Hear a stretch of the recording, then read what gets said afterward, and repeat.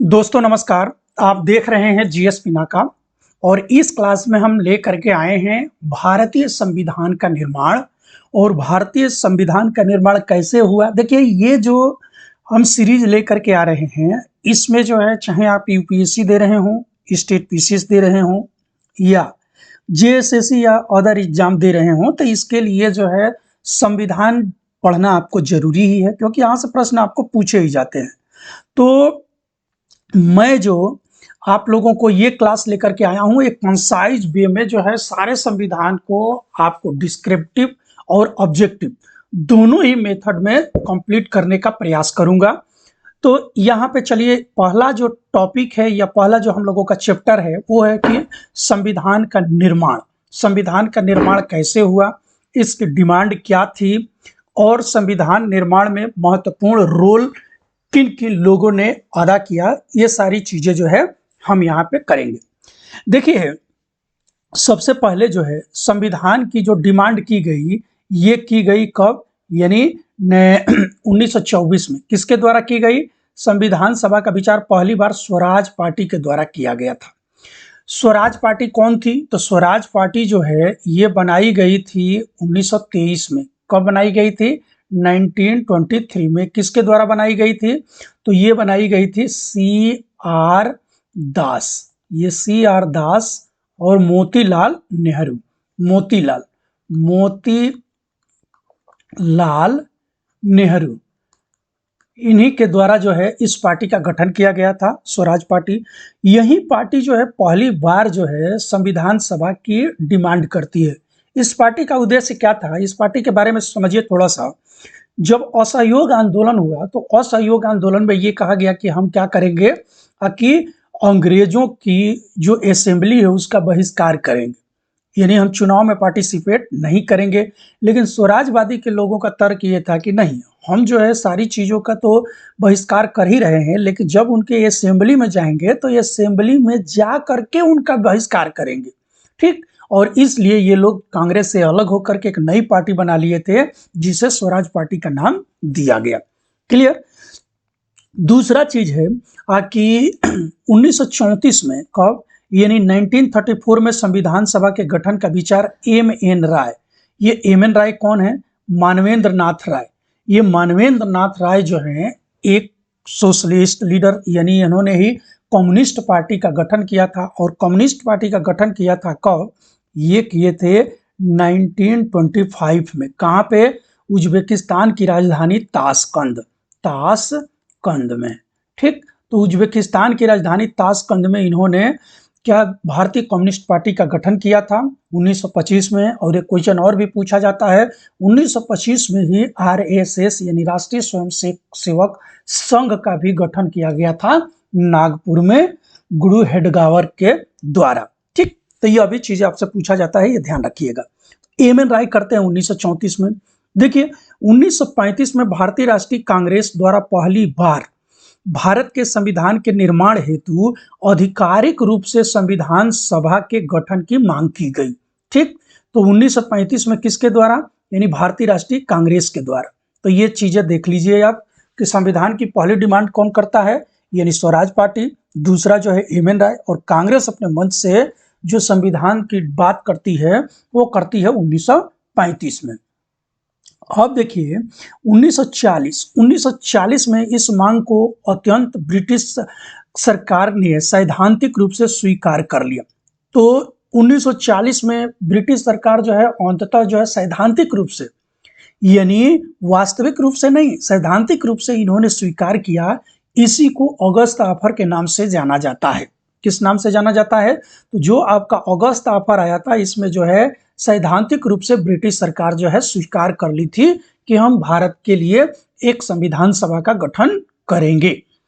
1942 में Cripps mission के संविधान के प्रस्ताव को खारिज कर दिया। लेकिन 1942 में जब क्रिप्स मिशन आया तो इसने जो है संविधान सभा का जो प्रस्ताव था उसको क्या कर दिया? खारिज कर दिया कि नहीं।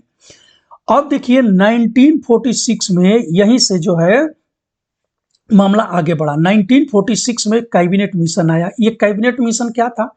ये कैबिनेट जो ब्रिटेन की संसद थी उसी के ये मेंबर्स थे, सदस्य थे।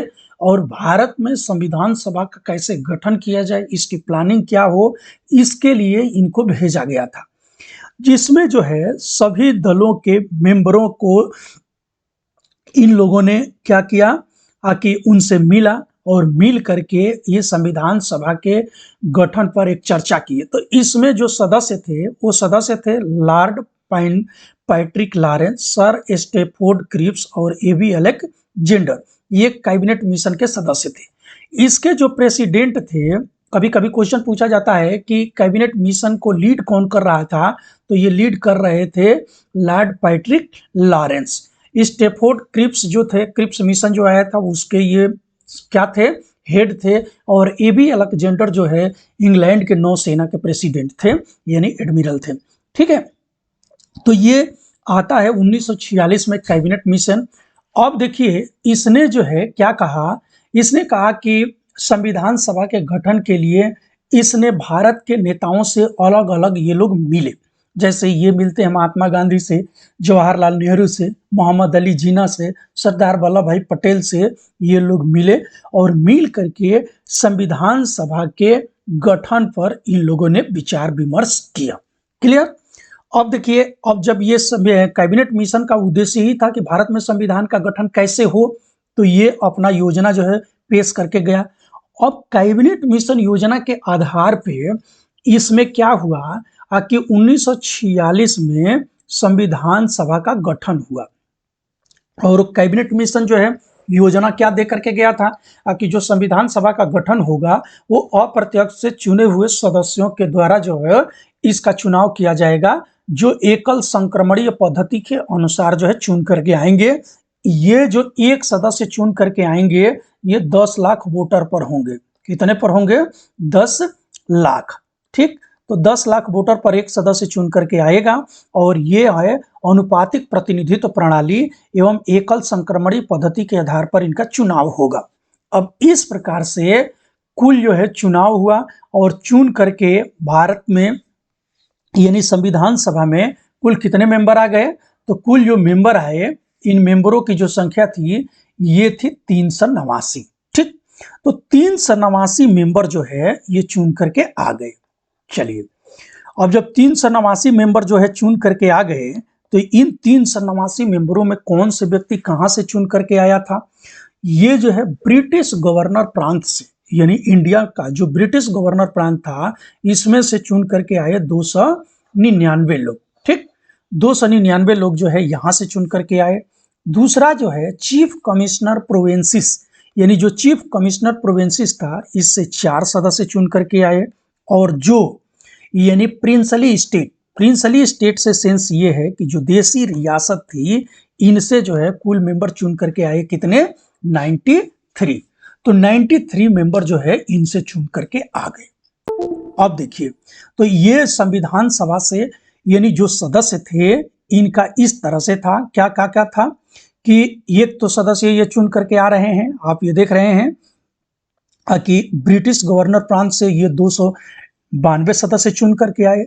चीफ कमिश्नर प्रोविंसेस से जो है 4 सदस्य चुन करके आए और प्रिंसली स्टेट यानी देशी रियासतों से चुन करके आए 93।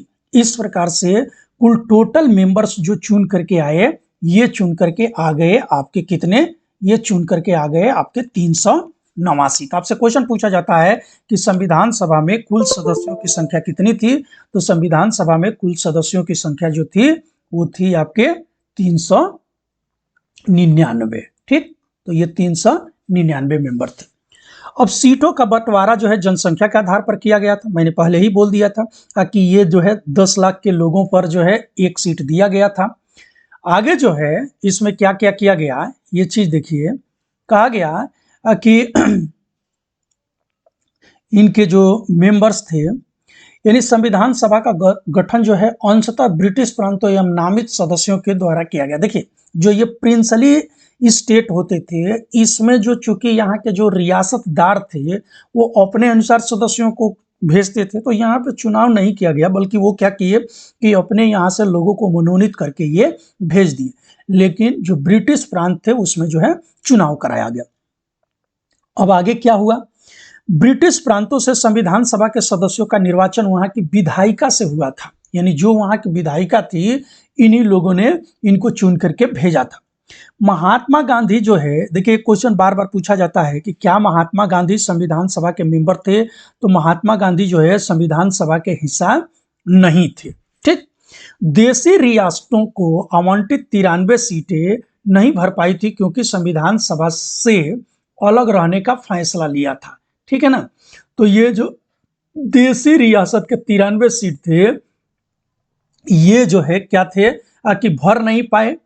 नहीं भर पाने का पीछे क्या था कि ये जो लोग थे, कुछ लोग जो थे, इसने कह दिया था कि भाई हम संविधान सभा में पार्टिसिपेट नहीं करेंगे, इसलिए जो है इनकी कुल सीटें जो है भर नहीं पाई।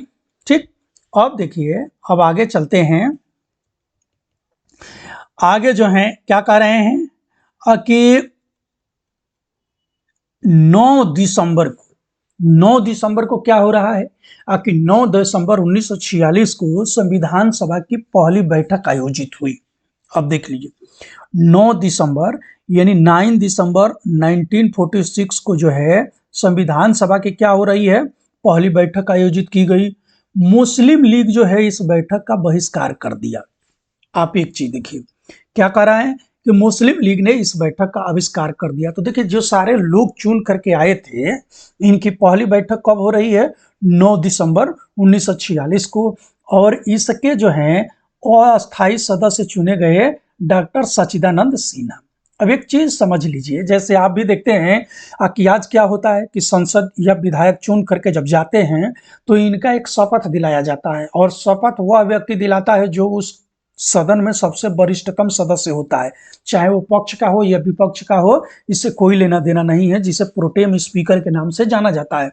तो सेम चीजें जो था, यही था कि जब ये सारे लोग चुन करके आए तो इसमें सबसे वरिष्ठतम सदस्य थे डॉक्टर सच्चिदानंद सिन्हा।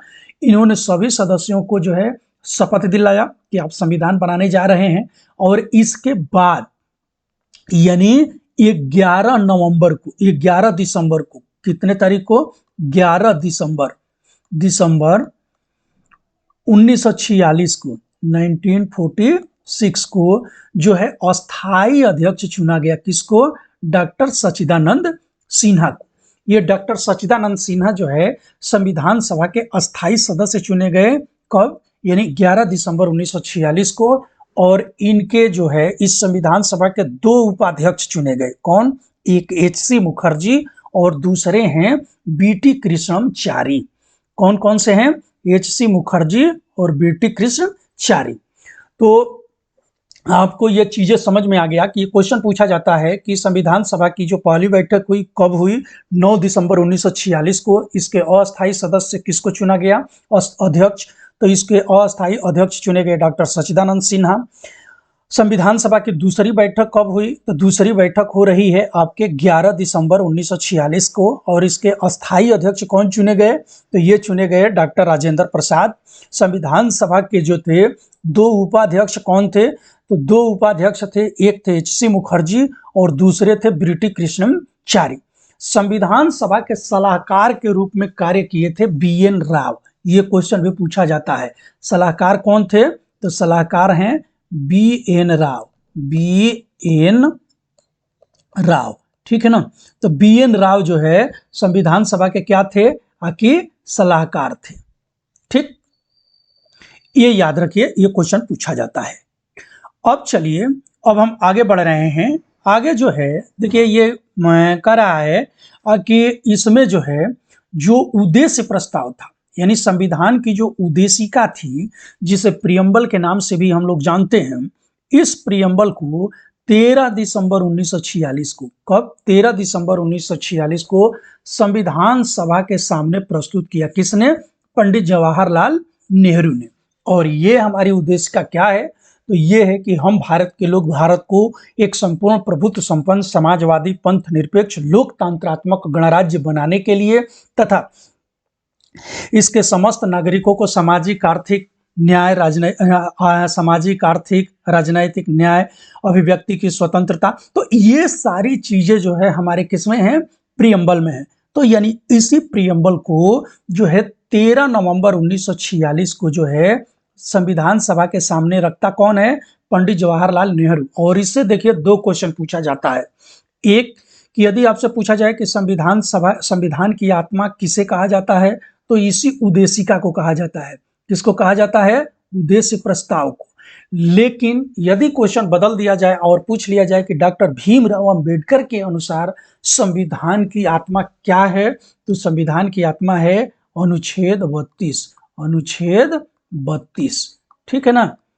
ये अनुच्छेद 32 इसलिए है क्योंकि इसी अनुच्छेद में ये राइट दिया गया है कि जब आपके द्वारा यानी आपके मौलिक अधिकार जो संविधान में दिए गए हैं उसको कोई लागू नहीं कर रहा है, तो आप इस आर्टिकल के तहत सुप्रीम कोर्ट में जा सकते हैं और उसको लागू करवा सकते हैं, ठीक है ना।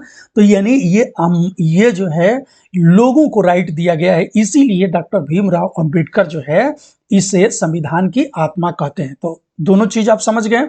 यदि पूछा जाए कि संविधान की कुंजी क्या है, तो ये है आपका उद्देश्य प्रस्ताव। संविधान की आत्मा क्या है, तो ये है उद्देश्य प्रस्ताव। लेकिन पर्टिकुलर मेंशन करके पूछा जाए कि डॉक्टर भीमराव अंबेडकर के अनुसार संविधान की आत्मा क्या है, तो वो हो जाएगा अनुच्छेद 32। इस जो है चीज को आप लोग ध्यान से समझ लीजिएगा। आगे देखिए कि अब क्या हो रहा है कि इसमें संवैधानिक संरचना के मूल तत्व और दर्शन निहित है। किसमें? उद्देश्य प्रस्ताव में। संविधान के दर्शन यानी वो कह रहे कि हम राजनैतिक, आर्थिक, विचार, अभिव्यक्ति, स्वतंत्रता, धर्मनिरपेक्षता, ये सारी चीजें जो है इसमें निहित है। तो ये कहा गया कि इसका जो हमारे जो संविधान का दर्शन है वो किसमें झलक करके आता है, तो इसी उद्देशिका में। इस प्रस्ताव को अब देखिए इससे 2 क्वेश्चन पूछा जाता है। एक यानी 13 दिसंबर को तो ये रखा गया, तो रखने से तो सेंस नहीं है, रख देंगे और आपको ये स्वीकार कर लिया जाएगा, ऐसा तो नहीं है। लेकिन इसको स्वीकार किया गया 22 जनवरी 1947 को। किसके द्वारा? संविधान सभा के द्वारा। तो दोनों क्वेश्चन बन गया। एक कि संविधान सभा के सामने उद्देश्य प्रस्ताव को रखा कब गया? 13 दिसंबर को। रखा किसने? पंडित जवाहरलाल नेहरू ने। लेकिन संविधान सभा ने इसको स्वीकार कब किया? तो स्वीकार किया 22 जनवरी 1947 को। चलिए अब वर्तमान में भारतीय संविधान की उद्देशिका इसी उद्देश्य प्रस्ताव को संशोधित रूप है। यानी जो भारत में जो प्रियम्बल है वो इसी उद्देशिका का ही संशोधित रूप है। क्योंकि संशोधित रूप से सेंस देखिए, क्योंकि जब उद्देशिका आई थी तो इसमें धर्मनिरपेक्षता, अखंडता, समाजवाद जैसे शब्द नहीं थे। लेकिन बाद में यानी 42वां संविधान संशोधन 1976 के द्वारा इसमें 3 शब्द जोड़ दिए गए हैं। किसमें? उद्देशिका में। क्या क्या? अखंडता, समाजवादी और पंथ निरपेक्ष। तो ये भी क्वेश्चन पूछा जाता है कि उद्देशिका में कब संशोधन किया गया, तो किया गया 1976 में। किस संविधान संशोधन के द्वारा? 42वें संविधान संशोधन के द्वारा। और 42वें संविधान संशोधन को हिस्ट्री में यानी आपके संविधान में मिनी संविधान के नाम से भी जाना जाता है। तो इतिहास में उसे मिनी संविधान के नाम से भी जाना जाता है 42वां संशोधन को, क्योंकि इसमें बहुत सारे चेंजेस किए गए थे। अब चलिए अगला है कि भारतीय स्वतंत्रता अधिनियम के अनुसार यानी भारतीय स्वतंत्रता अधिनियम 1947 के अनुसार परिवर्तन। तो संविधान जो है हमारा जो बन करके तैयार हुआ, इसमें जो है क्या क्या चीजें जो है भारतीय स्वतंत्रता अधिनियम 1947 के अनुसार इसमें परिवर्तन किया गया, ये चीजें जो है थोड़ा सा देख लीजिए। कह रहा है कि देशी रियासतों और बचे हुए मुस्लिम लीग इंडियन डोमिनियन के सदस्य धीरे धीरे संविधान सभा से जुड़ने लगे। क्लियर। 3 जून 1947 को माउंटबेटन योजना को स्वीकृति मिली। तो 3 जून 1947 को क्या हुआ कि माउंटबेटन योजना को क्या मिलती है कि स्वीकृति मिलती है। यह योजना भारत के विभाजन हेतु थी। यह योजना किसके लिए थी? भारत के विभाजन हेतु थी। भारतीय स्वतंत्रता अधिनियम 1947 ने संविधान सभा की स्थिति में 2 बदलाव किए। क्या क्या बदलाव किया? पहला कि संविधान सभा एक संप्रभु संस्था बनी जो स्वेच्छा से संविधान का निर्माण कर सकती थी। और दूसरा, संविधान सभा को 2 प्रकार के कार्य सौंपे गए। क्या क्या सौंपे गए? एक तो सौंपे गए कि कानून का निर्माण करना है, और दूसरा जो है कि इन कार्यों को कैसे क्रियान्वित करना है। तो आप एक चीज समझिए कि जब अंग्रेजों ने भारत छोड़ करके चले गए, यानी 1947 में अंग्रेज जब भारत छोड़ करके चले गए, तो भारत के सरकार को कैसे संचालित किया जाएगा। तो इसमें देखिए, जो ये आपके संविधान सभा के सदस्य थे, क्योंकि अभी तो अपना संविधान बन रहा था, तो जो संविधान सभा के मेंबर थे, यही लोग जो थे आपके क्या थे, कि अस्थायी असेंबली बन गए, यानी जो कि कानून बना करके और तत्काल जब तक हमारा संविधान नहीं बनता है तब तक भारत को कैसे संचालित किया जाए। तो एक चीज समझिए कि जब संविधान सभा की बैठक संविधान के विषयों पर होती थी, तो उस समय इस संविधान सभा की अध्यक्षता करते थे कौन, डॉक्टर राजेंद्र प्रसाद। लेकिन यही संविधान सभा जब किसी कानूनी यानी किसी सरकारी कार्य के लिए बैठती थी, जैसे कि सरकार के कोई कानून बनाने के लिए बैठती थी, तो इस संविधान सभा की अध्यक्षता करते थे कौन, जीबी मावलंकर। ये क्वेश्चंस जो है आप लोगों को समझ में आ गया होगा, और ये 26 नवंबर 1949 तक जारी रहा, क्योंकि 26 नवंबर 1949 को जो है हम लोगों का संविधान बन करके तैयार हो गया, और जब संविधान बन करके तैयार हो गया तो अब ये वाली प्रक्रिया की जरूरत नहीं पड़ी। ठीक, अब आगे चलिए, आगे हम चलते हैं। देखिए, कह रहा है कि संविधान सभा से मुस्लिम लीग के सदस्य अलग हो गए थे, इसलिए संविधान सभा की संख्या 389 से घट करके 299 हो गई। यानी जो मुस्लिम लीग के लोग थे, तो इन्होंने चुनाव तो लड़ा, ये आए, लेकिन ये कह रहे हैं कि हम संविधान सभा में पार्टिसिपेट नहीं करेंगे। तो जब ये पार्टिसिपेट नहीं किए तो इनकी संख्या जो है घट करके कितनी हो गई, यानी 299 हो गई। ठीक, तो ये चीज भी आप समझ लीजिएगा कि संविधान सभा में टोटल सदस्य कितने थे, 389, लेकिन संविधान सभा के सदस्य इससे अलग हो गए, जिससे इनकी संख्या रह गई 299। अब संविधान सभा के कार्य, संविधान सभा के कार्य क्या क्या थे। देखिए, मई 1949 राष्ट्रमंडल में भारत की सदस्यता की पुष्टि। तो जो संविधान सभा था, क्योंकि संविधान बन करके 26 नवंबर 1949 को जो है तैयार होता है, लेकिन हमें राष्ट्रमंडल में सदस्यता मिली। तो राष्ट्रमंडल से सेंस ये है कि जो राष्ट्रमंडल था, यानी कॉमनवेल्थ, तो कॉमनवेल्थ का मतलब ये था कि जो अंग्रेजों के कभी उपनिवेश हुआ करते थे, इनको जो है राष्ट्रमंडल की सदस्यता मिली। तो इसकी पुष्टि कौन करेगा, तो इसकी पुष्टि किया संविधान सभा ने। 22 जुलाई 1947 को राष्ट्रध्वज, तो राष्ट्रध्वज जो तिरंगा है, ये अपनाया गया, किसके द्वारा, ये संविधान सभा के द्वारा ही। तो 22 जुलाई 1947 को कि हमारा तिरंगा झंडा जो है अपना लिया गया। 24 जनवरी 1950 को राष्ट्रीय गीत और राष्ट्रीय गान को अपनाया गया, क्योंकि राष्ट्रीय गीत और राष्ट्रीय गान, क्योंकि संविधान सभा जो है अभी तो भंग तो हुई नहीं है, ये भंग होगी कब, जब हमारा संविधान लागू हो जाएगा 26 जनवरी 1950 को, और इसके बाद चुनाव की अधिघोषणा शुरू हो जाएगी, तब जाकर के ये संविधान सभा हमारा भंग होगा। ठीक, तो इन्होंने क्या किया कि राष्ट्रीय गीत और राष्ट्रीय गान को अपनाया। 24 जनवरी 1950 को डॉक्टर राजेंद्र प्रसाद को भारत के पहले राष्ट्रपति के रूप में चुना गया, किसके द्वारा, संविधान सभा के द्वारा। 24 जनवरी 1950 को संविधान सभा की अंतिम बैठक हुई, और हालांकि इस संविधान सभा ने ही यह 26 जनवरी 1950 को लेकर आम चुनाव के बाद नई संसद के गठन तक अंतरिम संसद के रूप में कार्य किया। यानी आप देख रहे हैं, अभी तक जो है संविधान सभा कानून बना रही थी, लेकिन अंतरिम संसद के रूप में 1952 तक भी कार्य किसने किया, यही संविधान सभा ने।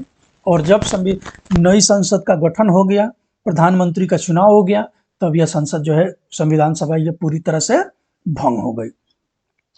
संविधान में, संविधान सभा को संविधान बनाने के लिए कुल 11 सत्र हुए। कितने सत्र हुए, 11 सत्र हुए।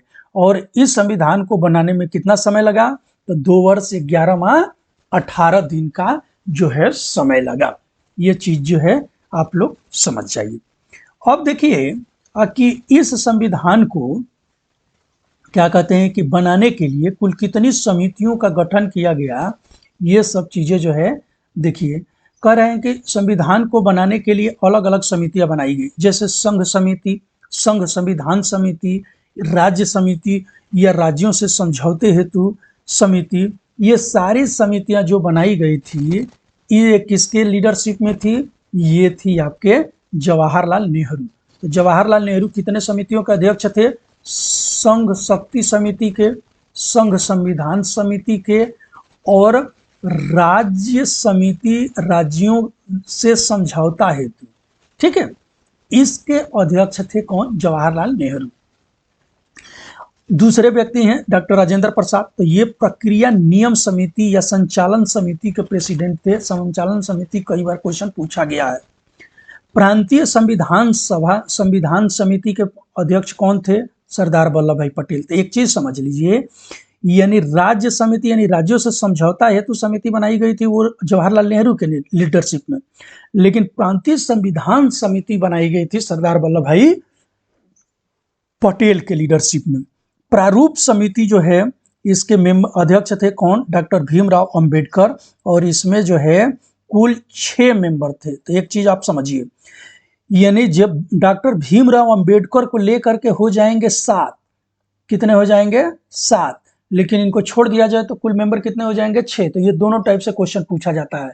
इंक्लूड कर देगा डॉक्टर भीमराव अंबेडकर को प्रारूप समिति में तो 7 हो जाएंगे, और भीमराव अंबेडकर को छोड़ करके पूछेगा कि इसमें कितने मेंबर हैं, तो 6। तो ये भी प्रश्न जो है बार बार पूछा जाता है, इसलिए याद रखिएगा आप लोग कि ड्राफ्टिंग कमेटी यानी प्रारूप समिति के प्रेसिडेंट कौन थे? तो डॉक्टर भीमराव अंबेडकर। अब आगे देखिए कि मूल अधिकारों, अल्पसंख्यकों और जनजातियों और बहिष्कृत क्षेत्र हेतु परामर्शी समिति सरदार वल्लभ भाई पटेल। संविधान सभा की सभी रियासतों में प्रारूप समिति सबसे महत्वपूर्ण थी। इसका गठन 29 अगस्त 1947 को किया गया था। इसमें कुल 7 सदस्य शामिल थे। तो मैंने बोल दिया कि ये 7 सदस्य भीमराव अंबेडकर को लेकर के थे, क्योंकि वो इसके प्रेसिडेंट थे। ठीक, अब ये सारी समितियां हैं, इन समितियों को आप लोग देख लीजिए। इन समितियों से जो है क्वेश्चन जो है पूछा जाता है। अब आगे देखिए, संविधान का प्रभाव में आना। जो संविधान था ये जो है प्रभावी हुआ। ये प्रभावी हुआ तो क्या क्या चीजें इसमें चेंज हुआ? कहा कि संविधान के प्रारूप के प्रत्येक प्रावधान पर चर्चा के बाद इसे 26 नवंबर 1949 को अपनाया गया। यानी सब पर जो है विशेष चर्चा हुई, और इसके बाद जो है इसको क्या किया गया कि 26 नवंबर 1949 को फाइनली रूप से जो है संविधान सभा ने इसको एक्सेप्ट कर लिया। जब इसको एक्सेप्ट किया गया तो इसमें जो है एक उद्देशिका थी, इसमें 395 अनुच्छेद थे यानी आर्टिकल थे, 8 जो है अनुसूचियां थी, और 22 क्या थे? पार्ट थे यानी भाग थे। ठीक है, 22 भाग थे। आज के डेट में जो है अब ये अनुसूचियां जो है 8 के जगह पर क्या हो गई हैं? 12 हो गई हैं। ठीक, तो आपसे पूछा जाए कि मूल संविधान में शेड्यूल कितने थे? तो ये थे 8, लेकिन अब कितने हो गए हैं? 12। अनुच्छेद जो है आज भी 395 हैं, लेकिन इसमें सब आर्टिकल्स जोड़ जोड़ करके ये जो है 450 से ऊपर हो गया है। क्लियर? और भाग जो है पहले भी 22 था, आज भी क्या है कि 22 ही है। ये चीजें जो है आप समझ गए होंगे। अब चलिए हम चलते हैं कि संविधान के कुछ प्रावधान 26 नवंबर 49 को स्वतः ही लागू हो गए थे। जैसे क्या क्या चीजें जो है 26 नवंबर को ही लागू हो गया, क्योंकि 26 नवंबर को तो हम लोगों ने अपने संविधान को एक्सेप्ट कर लिया। नागरिकता, चुनाव, तदर्थ सदस्य संसद, अस्थायी और परिवर्तनशील नियम, और छोटे शीर्षकों से जुड़े कुछ प्रावधान। इसके साथ ही कुछ अनुच्छेद उसी दिन स्वीकार कर लिए गए। कौन कौन से अनुच्छेद? 5, 6, 7, 8, 60, 324, 366, 367, 379, 380, 388, 391, 392 और 393। ये अनुच्छेद जो है किस दिन स्वीकार कर लिए गए? यानी 26 नवंबर 1949 को ही स्वीकार कर लिए गए। संविधान के शेष प्रावधान 26 जनवरी 1950 को लागू हुए थे, क्योंकि 26 जनवरी जो है 1950 को संविधान को लागू कर दिया गया। अब देखिए ये आखिर ये 26 जनवरी को ही क्यों संविधान हमारा लागू किया गया, जबकि तुम बन करके तो तैयार हमारा 26 नवंबर को हो गया था। तो इस डेट को लागू करने के लिए एक खास वजह थी। ये वजह ये थी कि देखिए, जब 1929 में क्या हुआ कि कांग्रेस का अधिवेशन हुआ, जिसे लाहौर अधिवेशन के नाम से जानते हैं, और ये लाहौर अधिवेशन की अध्यक्षता कर रहे थे जवाहरलाल नेहरू। इसी में पूर्ण स्वराज जो है का प्रस्ताव पास किया गया था। आपसे क्वेश्चन पूछा जाता है कि पूर्ण स्वराज जो है कांग्रेस के किस अधिवेशन में कांग्रेस का जो है एजेंडा बना, तो ये बना 1929 के लाहौर अधिवेशन में, जिसकी अध्यक्षता कर रहे थे कौन? जवाहरलाल नेहरू। अब पूर्ण स्वराज की जो है घोषणा तो कर दी गई, लेकिन वहीं पे जो है 26 जनवरी 1930 को क्या किया गया? 26 जनवरी जो है 1930 को ये जो है 29 में ये सम्मेलन हुआ, और 26 जनवरी 1930 को रावी नदी के तट पर, लाहौर जो है बसा हुआ है आपके किस नदी के तट पे? रावी नदी के तट पे। तो रावी नदी के तट पे जो है यही ये रावी नदी को वैदिक काल में पुरुषणी नदी के नाम से भी जाना जाता है। ये भी क्वेश्चन आपसे पूछा जाता है, और इसी रावी नदी पर जो है दसराग युद्ध हुआ था। हिस्ट्री में भी आपसे क्वेश्चन पूछा जाएगा, याद रखिएगा।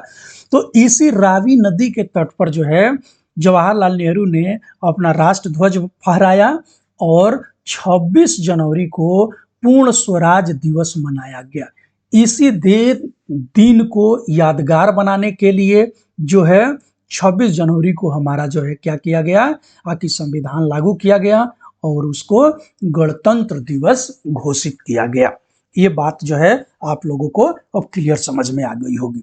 संविधान लागू होने के बाद भारतीय स्वतंत्रता अधिनियम 1947 और भारत सरकार अधिनियम 1935 ईस्वी निरस्त कर दिया गया, निरस्त हो गया। हालांकि evolution of privy council jurisdiction act 1949 लागू रहा। ठीक,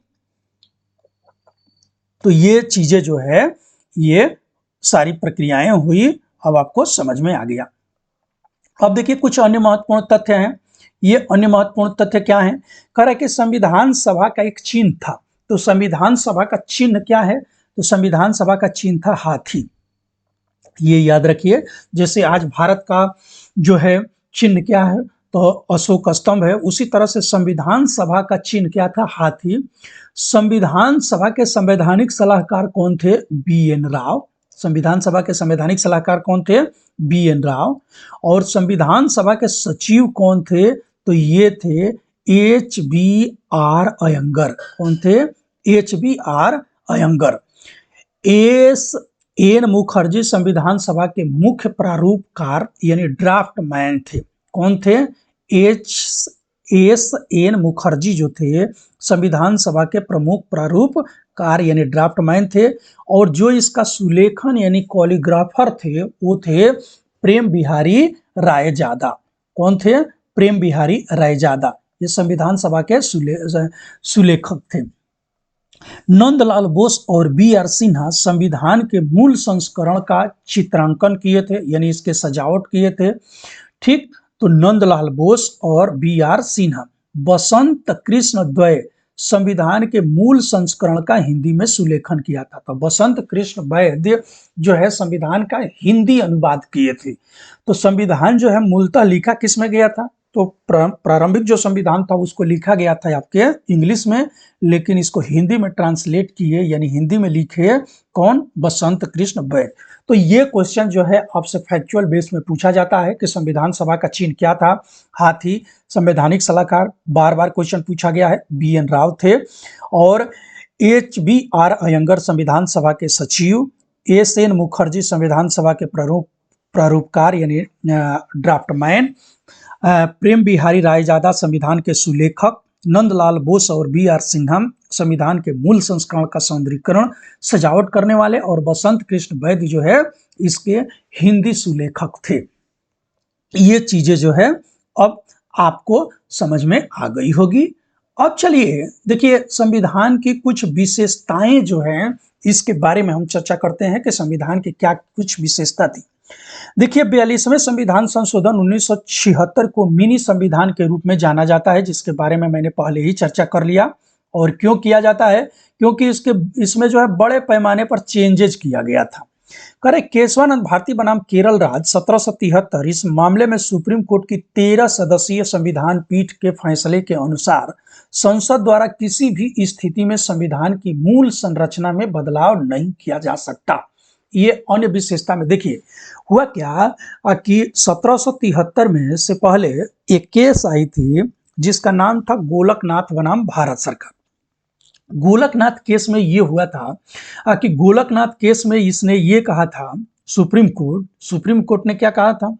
सुप्रीम कोर्ट जो कहा था कि जो उद्देशिका है यह क्या है कि ये संविधान का पार्ट नहीं है। ठीक, तो जब संविधान का पार्ट नहीं है तो इस पे संविधान संशोधन नहीं लागू होगा। अब ये मामला जो है फिर से अपने ही दिए हुए मामले को सुप्रीम कोर्ट ने रिव्यू किया और ये मामला जब 1973 में गया तो 1973 में सुप्रीम कोर्ट ने कहा कि नहीं, जो उद्देशिका है यह संविधान का पार्ट है। क्या है? संविधान का पार्ट है। और इसमें जो है सुप्रीम कोर्ट की अब तक की सबसे बड़ी बेंच बैठी थी, यानी फुल बेंच बैठी थी, 13 जजों की बेंच बैठी थी। तो देखिए, जब संविधान के किसी भी प्रारूप को लेकर के या संविधान के किसी भी विषय को लेकर के जब जजों की बेंच बैठती है तो मिनिमम 5 जजों की बेंच बैठती है। मिनिमम कितने जज की बेंच बैठेगी? 5। इससे कम जज नहीं बैठ सकते जब संविधान की व्याख्या करनी होती है। इस तरह से यदि सामान्य निर्णय देना होता है तो सिंगल बेंच यानी एक जज बैठते हैं, डबल बेंच बैठते हैं यानी 2 जज बैठते हैं। लेकिन जब किसी संविधान की व्याख्या पे फैसला देना होता है तब जो है मिनिमम कितने जजों की बेंच बैठती है? 5 जज की। और मैक्सिमम जो है वह क्या है कि जितने जज हैं उसमें से कितनी भी बैठ सकती है। तो ये इस समय जो है फुल बेंच बैठी और इसमें जो है अब तक की सबसे बड़ी बेंच यानी 13 जज बैठे और 13 जजों में इन लोगों ने जो निर्णय दिया ये 7-6 के बहुमत से इन्होंने निर्णय दिया और ये कहा क्या? ये कहा कि जो उद्देशिका है यह क्या है कि संविधान का पार्ट है और संविधान में संशोधन जिस तरीके से किया जाता है उसी तरह से उद्देशिका में भी आप क्या कर सकते हैं? संशोधन कर सकते हैं। दूसरी चीज इन्होंने ये कहा कि आप संविधान में संशोधन तो कर सकते हैं लेकिन आप संविधान के फंडामेंटल स्ट्रक्चर को डिस्ट्रॉय नहीं कर सकते, यानी इसके मूल संरचना को जो है आप प्रभावी नहीं कर सकते। तो इस समय जो है मूल संरचना के बारे में जब बात आई तो इसमें कहा गया कि आखिर मूल संरचना क्या है? तो सुप्रीम कोर्ट ने कहा कि कुछ तो हम मूल संरचना या आधारभूत ढांचा अभी बता देते हैं, लेकिन ये जरूरी नहीं है कि सारे मूल संरचना हम आज ही बता दें। समय समय पर चेंज होता रहता है, परिवर्तन होता रहता है, तो जैसी जरूरत हमको महसूस होगी वैसा मूल संरचना हम जो है आगे बताएंगे। तो इन्होंने कहा कि जैसे आप चुनाव की प्रक्रिया को समाप्त नहीं कर सकते, संसद की प्रक्रिया को आप समाप्त नहीं कर सकते, ये सारी ऐसी फंडामेंटल राइट हटा नहीं सकते सारा। तो ये सब क्या था कि मूल संरचना था। लेकिन अब इस समय जैसे कि मान लीजिए कि आज इंटरनेट मीडिया का जमाना आ गया, यानी मोबाइल है, आप मोबाइल यूज नहीं कर सकते, कोई ऐसा कह दे तो ये क्या है? आपका ये फंडामेंटल राइट के साथ वायलेशन है। तो ऐसे चीज जो उस समय नहीं था, इसीलिए सुप्रीम कोर्ट ने कहा कि ये मूल संरचना समय समय पर हम डिफाइन करेंगे ये मूल संरचना है क्या। और इसने कहा कि आप मूल संरचना में जो है छेड़छाड़ नहीं कर सकते। क्लियर? अब चलिए संविधान की प्रमुख विशेषता। संविधान की जो हमारी विशेषता है, ये संविधान की क्या क्या विशेषता है इसको थोड़ा सा समझिए। संविधान की हमारी विशेषता है कि सबसे लंबा लिखित संविधान है। यह विश्व का सबसे बड़ा लिखित संविधान कहाँ का है? भारत का। भारतीय संविधान विश्व के सभी लिखित संविधानों में सबसे लंबा है और लंबा होने के कारण यह है कि यहाँ हर चीज को मेंशन किया गया है, चाहे वो सेंटर के विषय हो या स्टेट के विषय हो या लोकल बॉडीज के विषय हो, सारे विषयों को इसमें क्या किया गया है कि डिफाइन किया गया है। इसीलिए हमारा संविधान जो है सबसे बड़ा है। तो एक चीज समझिए कि विश्व का सबसे पहला लिखित संविधान है अमेरिका का, लेकिन विश्व का सबसे बड़ा लिखित संविधान कहाँ का है? भारत का। वर्तमान में इसमें एक प्रस्तावना लगभग 470 अनुच्छेद और 12 अनुसूचियां जो है शामिल है किसमें, हमारे संविधान में। ठीक है, अब देखिए इसमें भाग कितने हैं, 22 आपके भाग हैं। संविधान सभा में कानून से संबंधित प्रबुद्धों का प्रभुत्व। तो संविधान सभा में देखिए हुआ क्या कि ये कहा गया है कि कई लोग इस पे आक्षेप लगाए कि ये वकीलों की सैरगाह है। तो ये कहा गया कि ये वकीलों के द्वारा, तो इसमें जो संविधान सभा थी इसमें सबसे ज्यादा जो है पार्टिसिपेट किए थे वो वकील लोग ही किए थे। ठीक है, जैसे आपके जवाहरलाल नेहरू वकील थे, सरदार वल्लभ भाई पटेल थे, राजेंद्र प्रसाद वकील थे, इस तरह के तमाम लोग जो है इसमें वकील थे। तो इसीलिए ये कहा गया, और एक चीज कहा भी जाता है कि यह सैरगाह है किसकी, वकीलों की, क्योंकि यह इतना लंबा है कि इसमें वकील कहीं से ना कहीं से अपना पॉइंट खोज करके और चीजों को बुलझा देते हैं। संविधान सभा में कानून से संबंधित प्रभुत्वों का प्रभुत्व। केंद्र और राज्य दोनों के लिए एक ही संविधान है हमारे पास, ये नहीं है कि केंद्र के लिए अलग संविधान है और राज्य के लिए अलग संविधान है, ये नहीं है। संविधान के अब देखिए जो विभिन्न स्रोत हैं, यानी संविधान में बहुत सारी चीजें जो है वो कहां कहां से ली गई है, ये चीजें जो है आप समझिए। कह रहा है कि संविधान के विभिन्न स्रोत जो है, भारत का संविधान जो बना इसमें अधिकांश चीजें जो है हम लोगों ने लिया है भारत शासन अधिनियम 1935 से। ठीक, तो यानी आपके 80% चीजें जो है उठा करके कहां से ले ली गई, भारतीय शासन अधिनियम 1935। ठीक, यहां से क्या क्या लिया गया, संघीय तंत्र, राज्यपाल का कार्यकाल, न्यायपालिका, लोक सेवा आयोग, आपातकालीन प्रावधान और प्रशासनिक विवरण, ये सारे चीज कहां से लिए गए, 1935 के अधिनियम से। चलिए अब आगे चलते हैं। आगे जो है कह रहा है कि ब्रिटेन का संविधान था, इससे क्या क्या चीजें लिया गया। तो देखिए जो ब्रिटेन का संविधान है इससे हम लोगों ने संघीय सरकार की पद्धति लिया, संघीय सरकार की पद्धति, विधि का शासन, एकल नागरिकता, मंत्रिमंडल यानी कैबिनेट प्रणाली, संसदीय विशेषाधिकार। जैसे संसदीय विशेषाधिकार क्या है कि यदि संसद के अंदर आप कुछ बोलते हैं तो उसको जो है न्यायालय में चैलेंज नहीं किया जा सकता, या संसद के अंदर है तो आपकी गिरफ्तारी नहीं हो सकती। द्विसदन प्रणाली, इसी को संसदीय विशेषाधिकार कहते हैं। द्विसदन प्रणाली और रीट जारी करने का अधिकार। तो लोकसभा और राज्यसभा की जो प्रणाली है वो भी कहां से लिया गया कि ब्रिटेन से। और रीट जारी करने, जो सुप्रीम कोर्ट रीट जारी करता है, इसका अधिकार भी कहां से लिया गया है, ब्रिटेन से। अब आगे देखिए अमेरिका के संविधान से क्या क्या लिया गया। तो अमेरिका के संविधान से लिया गया मौलिक अधिकार, स्वतंत्र न्यायपालिका, राष्ट्रपति पर महाभियोग, न्यायिक समीक्षा, सर्वोच्च न्यायालय और उच्च न्यायालय के न्यायाधीशों को पद से हटाना और उपराष्ट्रपति का पद। ये सारी चीजें जो है ली गई है आपके अमेरिका के संविधान से। चलिए आगे चलते हैं। देखिए आयरलैंड, आयरलैंड से हमारे संविधान में क्या क्या लिया गया। तो आयरलैंड से राज्य के नीति निदेशक तत्व, राज्य के नीति निदेशक तत्व जो है यानी directive principle of state policy जो है ली गई है कहां से, आपके आयरलैंड से। राष्ट्रपति के चुनाव की प्रक्रिया, राज्यसभा के सदस्यों का नामांकन, ये सब लिया गया है आपके आयरलैंड के संविधान से। कनाडा के संविधान से मजबूत केंद्र के साथ संघीय व्यवस्था, अवशिष्ट शक्तियों का केंद्र में निहित होना, केंद्र द्वारा राज्य के राज्यपालों की नियुक्ति और सर्वोच्च न्यायालय का परामर्शी अधिकारी। तो क्या क्या लिया गया, मजबूत केंद्र के साथ संघीय व्यवस्था, अवशिष्ट शक्तियों का केंद्र में निहित होना, केंद्र द्वारा राज्य के राज्यपालों की नियुक्ति, सर्वोच्च न्यायालय का परामर्शी दायी अधिकारी। तो ये जो है यानी सर्वोच्च न्यायालय जरूरत पड़े तो राष्ट्रपति सर्वोच्च न्यायालय से क्या ले सकता है, परामर्श ले सकता है। तो ये सब चीज कहां से लिया गया, कनाडा से लिया गया।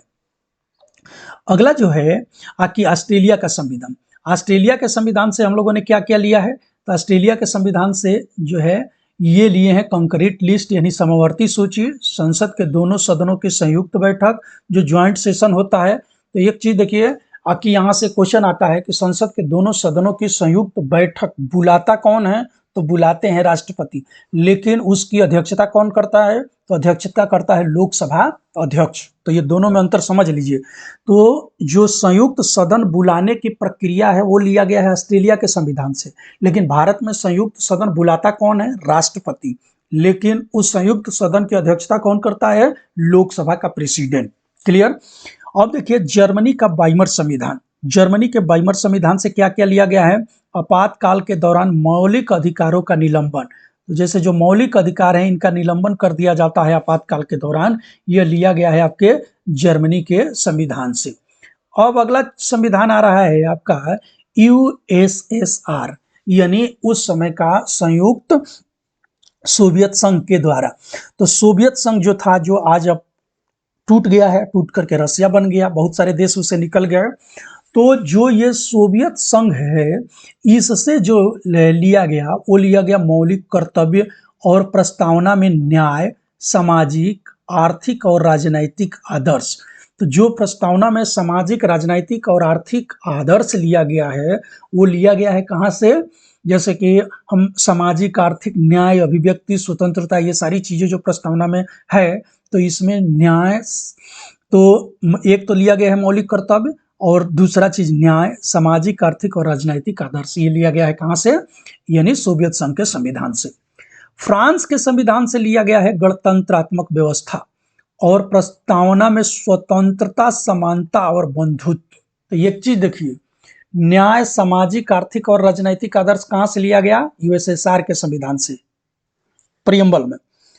लेकिन स्वतंत्रता, समानता और बंधुत्व ये लिया गया है फ्रांस से, क्योंकि फ्रांस की क्रांति ही इसी सब चीजों को लेकर के हुई थी। अब देखिए दक्षिण अफ्रीका के संविधान से क्या लिया गया? दक्षिण अफ्रीका के संविधान से संविधान में संशोधन की प्रक्रिया, जैसे जो संविधान संशोधन अनुच्छेद 368 के द्वारा हम लोग करते हैं, तो ये कहां से लिया गया है? ये लिया गया है दक्षिण अफ्रीका के संविधान से। अगला है जापान का संविधान। जापान के संविधान से लिया गया है विधि द्वारा स्थापित प्रक्रिया। जो विधि द्वारा स्थापित प्रक्रिया है, ये चीजें ली गई है कहां से? आपके जापानी संविधान से।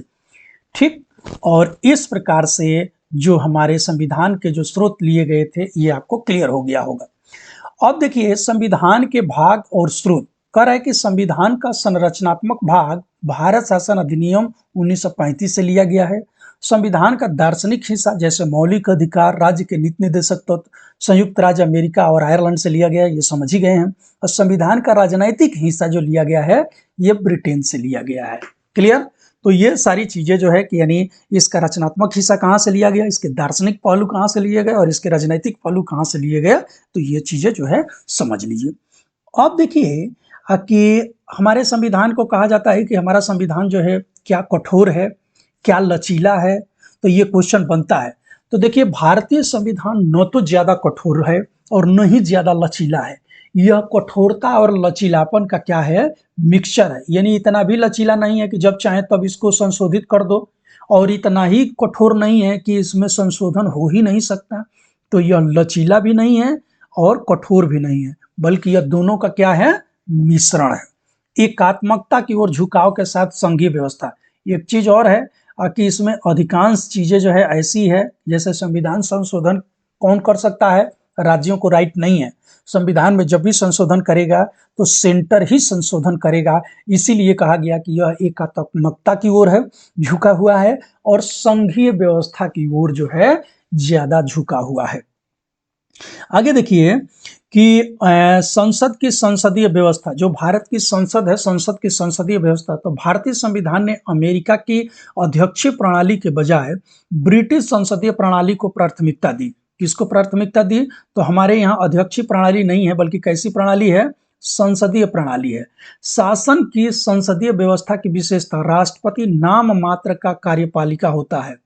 यानी जैसे कि हमारे यहाँ राष्ट्रपति में क्या क्या शक्तियां नहीं थे, तो कार्यपालिक शक्तियां भी नहीं थे, विधायी शक्तियां भी नहीं थे, न्यायिक शक्तियां भी नहीं थे। लेकिन इसीलिए कहा गया कि वो नाम मात्र का कार्यपालक होता है, क्योंकि सारी कार्यपालिक शक्तियां जो है उपभोग कौन करता है? प्रधानमंत्री तथा उसका मंत्रिमंडल। और प्रधानमंत्री मंत्रिमंडल ये बनता कैसे है? तो हमारे यहाँ बहुमत की सरकार होती है, यानी चुनाव हुआ, जिस पार्टी को बहुमत मिलेगा उसी पार्टी का लीडर जो है प्रधानमंत्री बनेगा, और वो अपने मन पसंद जो है अपना मंत्रिमंडल बनाएगा। ठीक है, और यह जो है लोकसभा के सदस्यों पर डिपेंड करता है। हमारे यहाँ जो दो सदन है, एक है लोकसभा और एक है राज्यसभा। तो राज्यसभा हमारे यहाँ परमानेंट सदन है, यानी इसका भंग नहीं होता, बल्कि इसके 1/3 सदस्य हर दूसरे साल में क्या हो जाते हैं, रिटायरमेंट हो जाते हैं, और यह जो है परमानेंट सदन रहता है। लेकिन जो हमारा लोकसभा है, यह हर 5 साल पर क्या हो जाता है, विघटित हो जाता है। जरूरत पड़े तो समय से पहले भी ये विघटित हो सकता है। ठीक, राज्यसभा को उच्च सदन और लोकसभा को जो है निम्न सदन के नाम से जाना जाता है। अब संसदीय प्रभुत्व और न्यायिक सर्वोच्चता में समन्वय। एक चीज देखिए कि संसदीय प्रभुत्व और न्यायिक सर्वोच्चता में समन्वय से सेंस क्या है। कह रहा है कि संसद की प्रभुत्वता का विचार ब्रिटिश संसद ने से आया है, जबकि न्यायिक सर्वोच्चता का विचार अमेरिकी प्रणाली से जुड़ा है।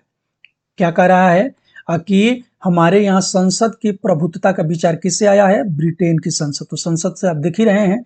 लेकिन न्यायिक सर्वोच्चता, क्योंकि सर्वोच्च न्यायालय हम लिए कहां से हैं, अमेरिका से आया। भारतीय संविधान के निर्माताओं ने संसदीय प्रभुत्व सत्ता के ब्रिटिश सिद्धांत और न्यायिक सर्वोच्चता के अमेरिकी सिद्धांत के बीच एक उचित समन्वय को प्राथमिकता दी है।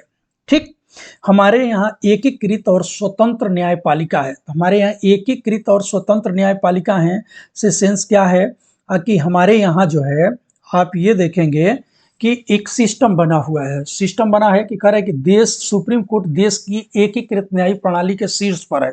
यानी चाहे आप session court, lower court, session court, high court, और एक जाएंगे आप सुप्रीम कोर्ट। तो ये जो है एकल सिस्टम है। अब देखिए इसके बाद राज्य स्तर पर उच्च न्यायालय के नीचे अधीनस्थ न्यायालय तथा अन्य निचली न्यायालय है, जैसे जिला अदालत आदि। सर्वोच्च न्यायालय अपीली नागरिकों के मौलिक अधिकारों की गारंटी देता है, यानी एक गारंटर के रूप में, और संविधान का संरक्षक है। तो सुप्रीम कोर्ट का काम क्या है, संविधान का संरक्षक करना। यानी संविधान के साथ कोई छेड़छाड़ करता है तो उसकी देखभाल कौन करेगा, सुप्रीम कोर्ट। क्लियर। आगे देखिए, सुप्रीम कोर्ट के लिए कहा गया कि मौलिक अधिकार, भारतीय संविधान का जो है भाग 3, यानी भारतीय संविधान के भाग 3 में जो है अनुच्छेद 12 से 35 तक सभी नागरिकों को 6 मौलिक अधिकारों की गारंटी दी गई है। ये मौलिक अधिकार क्या है, समानता का अधिकार जो कि अनुच्छेद 14 से लेकर के 18 है। स्वतंत्रता का अधिकार, यह अनुच्छेद 19 से 22 है।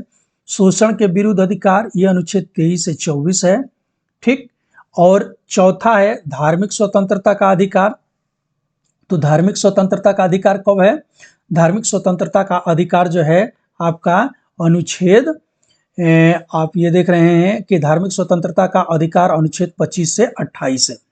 सांस्कृतिक और शिक्षा संबंधी अधिकार जो है आपके किस अनुच्छेद में है, तो ये अनुच्छेद जो है आप चलेंगे तो अनुच्छेद 29 और 30, और संवैधानिक उपचारों का अधिकार जो है अनुच्छेद 32 में है। ठीक, लेकिन एक अधिकार जो था जिसे कि प्रॉपर्टी का अधिकार कहा जाता था या संपत्ति का अधिकार कहा जाता था, उसे क्या कर दिया गया, हटा दिया गया है, और अब जो है वह एक कानूनी अधिकार के रूप में हो गया है। तो पहले जब संविधान, आपसे क्वेश्चन पूछा जाएगा कि जब मूल संविधान में कितने अधिकार थे, मौलिक अधिकार, तो मूल संविधान में टोटल मौलिक अधिकार थे 7। कितने थे, 7। तो 7, लेकिन अब कितने हैं, 6। तो वर्तमान में है 6। ठीक, यानी संपत्ति के अधिकार को हटा दिया गया है। अब कह रहा है कि यदि किसी भारतीय नागरिक के मौलिक अधिकार का उल्लंघन किया जाता है तो अनुच्छेद 32 के अंतर्गत हर नागरिक को यह अधिकार प्राप्त है कि वह अपने मौलिक अधिकारों के उल्लंघन किए जाने पर सीधे उच्च न्यायालय या सर्वोच्च न्यायालय जा सकता है। ठीक, यदि आपके मौलिक अधिकार का, जो ये 6 मौलिक अधिकार दिए गए हैं, इनमें से किसी भी मौलिक अधिकार का आपका उल्लंघन होता है या राज्य नहीं लागू करता है या राज्य जो है इसके साथ छेड़छाड़ करता है, तो आप सीधे, आपको लोअर कोर्ट या सेशन कोर्ट में जाने की जरूरत नहीं है। आप सीधे जो है हाई कोर्ट में अपील कर सकते हैं या डायरेक्ट सुप्रीम कोर्ट में भी अपील कर सकते हैं। सर्वोच्च न्यायालय या उच्च न्यायालय मौलिक अधिकारों को लागू करने के लिए सरकार को आदेश और निर्देश दे सकता है। न्यायालय कई प्रकार के विशेष आदेश जारी करते हैं जिन्हें प्रदेश या रीट कहते हैं। ठीक है, तो प्रादेश या रीट कहते हैं, जो इस प्रकार है। क्या, रीट जो है ये है बंदी प्रत्यक्षीकरण, परमादेश, निषेधादेश, अधिकार परीक्षा और उत्प्रेषण। इतने टाइप के रीट जो है वो क्या करता है कि कोर्ट जारी करता है। तो 1, 2, 3, 4, 5 प्रकार के ये रीट जो है कोर्ट जारी करता है जब आपके मौलिक अधिकारों का उल्लंघन होता है। चलिए, अब कह रहा है कि राज्य के नीति निर्देशक तत्व, राज्य के नीति निर्देशक तत्वों का भारतीय संविधान के भाग 4 में उल्लेख किया गया है। राज्य के नीति निर्देशक तत्व डीपीएसपी यानी directive principle of state policy के नाम से जाना जाता है, जिसमें सामाजिक और आर्थिक लोकतंत्र के आदर्शों का बढ़ावा देने के लिए है। हालांकि मौलिक अधिकारों के विपरीत राज्य के नीति निर्देशक तत्व बाद योग नहीं है। बाद योग से सेंस ये है कि यदि आपके मौलिक अधिकारों का उल्लंघन होता है तो आप हाई कोर्ट और सुप्रीम कोर्ट का दरवाजा खटखटाते हैं और उसको सुप्रीम कोर्ट और हाई कोर्ट लागू करवाता है। लेकिन यदि आपके directive principle of state policy का उल्लंघन होता है तो आप हाई कोर्ट और सुप्रीम कोर्ट में जा करके उसको लागू करवा नहीं सकते। लेकिन यह जो है सरकार के ऊपर एक नैतिक बल का काम करता है। इसको नैतिकता के आधार पर रखते हुए सरकार जो है इसका उल्लंघन, सरकार से यह अपेक्षा की जाती है कि सरकार इनका पालन करे। इसका तात्पर्य यह है कि डीपीएसपी संविधान का एक हिस्सा है जिन्हें न्यायपालिका द्वारा लागू नहीं कराया जा सकता। ये चीज आप समझ गए। अब देखिए कि मिनर्वा मिल केस जो है 1980 में, इस मामले में सुप्रीम कोर्ट ने कहा कि भारतीय संविधान की स्थापना मौलिक अधिकारों और डीपीएसपी के बीच संतुलन की आधारशिला पर की गई है, मूल संरचना। ठीक, तो यानी ये इसमें कहा कि ऐसा नहीं है कि जो डीपीएसपी दिया गया है ये फालतू की चीज दिया गया है, यानी सरकार को जो है इसमें क्या करना चाहिए, समन्वय स्थापित करना चाहिए। मौलिक कर्तव्य, मौलिक कर्तव्यों को भारतीय संविधान में स्वर्ण सिंह कमेटी की सिफारिश पर, आपसे क्वेश्चन पूछा जाएगा कि मौलिक कर्तव्य संविधान में कब रखे गए, तो ये रखे गए 1976 में। 1976 की संविधान संशोधन द्वारा, 42वें संविधान संशोधन द्वारा। लेकिन इसको सिफारिश कौन सी समिति की थी, तो समिति की थी स्वर्ण सिंह समिति। तो एक चीज समझिए कि मौलिक कर्तव्य जो है हमारे मूल संविधान में नहीं थे, ये जोड़ा गया 1976 में, इसे रसिया से लिया गया और इसको जो है सिफारिश की थी स्वर्ण सिंह समिति ने। क्लियर। पहले जो था इसमें कुल 10 ही मौलिक कर्तव्य थे, लेकिन बाद में तो 10 मौलिक कर्तव्य जो है संविधान के अनुच्छेद 51 क में जोड़े गए थे। 10 मौलिक कर्तव्य कब, 1976 में 42वें संविधान संशोधन के द्वारा। लेकिन 2002 में इसमें संशोधन करके एक मौलिक कर्तव्य और जोड़ दिया गया और अब मौलिक कर्तव्यों की संख्या हो गई है कुल 11। तो 46वें संविधान संशोधन 2000 में एक मौलिक कर्तव्य जोड़ा गया जो 6 से 14 वर्ष के बच्चों के शिक्षा के अधिकार से जुड़ा हुआ था, तो ये हो गया 11। अब धर्मनिरपेक्ष राज्य, धर्मनिरपेक्ष राज्य से सेंस क्या है, देखिए धर्मनिरपेक्ष राज्य, धर्मनिरपेक्ष शब्द को भारतीय संविधान की प्रस्तावना में 42वें संविधान संशोधन द्वारा 1976 में जोड़ा गया था। भारतीय संविधान धर्मनिरपेक्षता की सकारात्मकता अवधारणा का प्रतीक है। ठीक है, सकारात्मकता अवधारणा का क्या है, प्रतीक है, क्योंकि यह किसी धर्म को भारत के धर्म के तौर पर मान्यता नहीं देती। यानी जो हमारा संविधान कहता है क्या, कि राज्य का कोई अपना धर्म नहीं है, लेकिन राज्य सभी धर्मों को स्वतंत्र रूप से मानने के लिए अपने नागरिकों को क्या देता है, स्वतंत्रता देता है। अब देखिए हमारे संविधान में सार्वभौमिक एक वयस्क मताधिकार की बात कही गई है।